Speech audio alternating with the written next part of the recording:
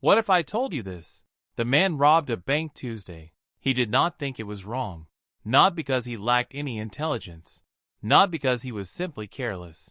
His brain was wired completely differently. It saw the world another way. That is what we explore today. We go deep inside criminal minds. Not to glorify what they did. Not to excuse a single act. But to truly understand it all. Because understanding is how we win. Stay with me right now. Please. This is going to get uncomfortable. Criminologists discovered something that stunned everyone. When you think about committing crime, your brain immediately asks one thing. What happens to me if caught? But a criminal thinks very differently. Their brain skips straight to this. How much money do I get? The punishment barely even crosses my mind. This is not just a bad attitude. This is actual hard neuroscience now. Brain scans on repeat criminal offenders show reduced activity in one place. The prefrontal cortex is the region. That part governs long-term thinking. It handles consequence and impulse control. Their brains run completely different software.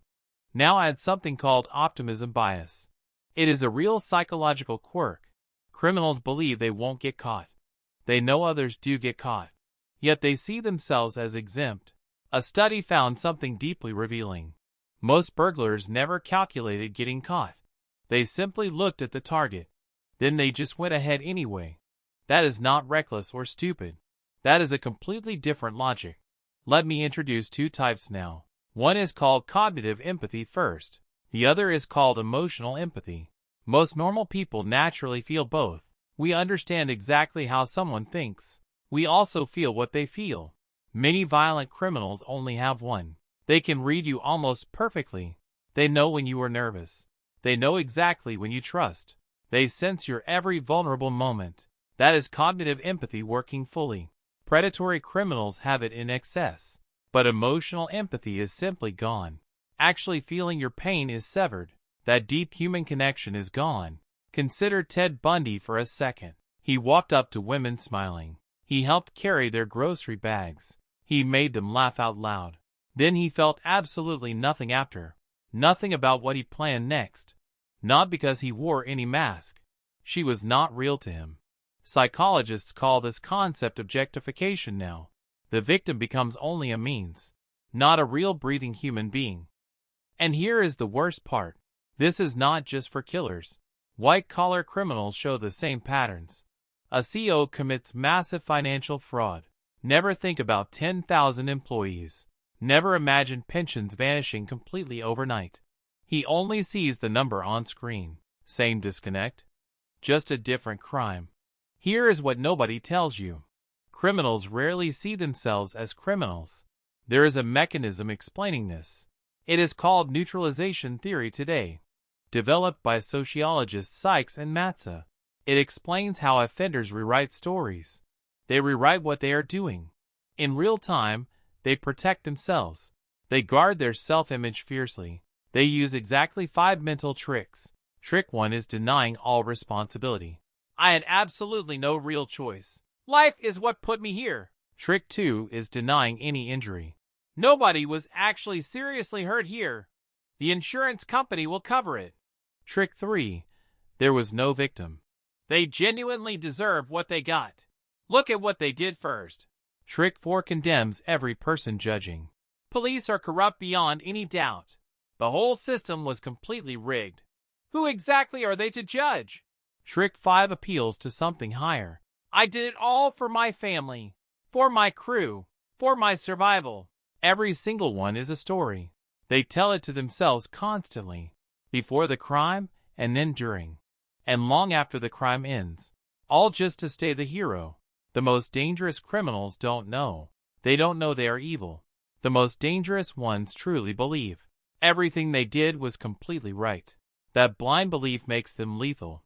Before blaming only individual bad choices, we must talk about the environment first. The brain does not develop alone. It never grows inside a vacuum. Children raised in chronic poverty suffer. Violence and neglect reshape developing brains.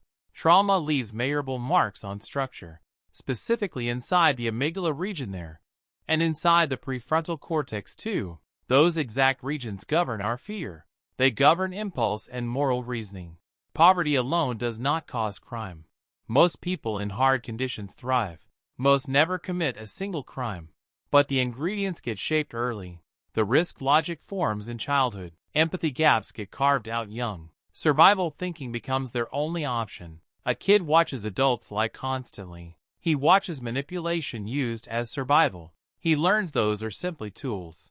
His entire moral framework gets built on broken and very different blueprints. That is not an excuse ever, but it absolutely is an explanation. And we need to understand both. So here is what we learn. Crime is not random at all. Crime follows its own internal logic, a completely different system of logic. Understanding that system catches serial killers. It helps negotiators talk men down from ledges and dangerous standoffs. It helps therapists genuinely rehabilitate people, instead of simply warehousing human beings. On a personal level, understand this. Knowing criminal thinking protects you directly. They always target the easiest prey. They always hunt for vulnerability first. They want someone not paying attention. The strongest deterrent is rarely prison. Make yourself a much harder target. Build communities that offer real belonging, so crime stops being the identity. The criminal mind is not alien. It is deeply and fully human. It runs on fear and survival. It runs on ego and narrative, just like the rest of us. The only real difference is guardrails. The most dangerous idea we hold. Criminals are nothing but pure monsters. Fundamentally different and impossible to understand. Stop understanding. They can't be stopped. This video hopefully shifted your thinking. Share this with someone who matters. I will see you very soon.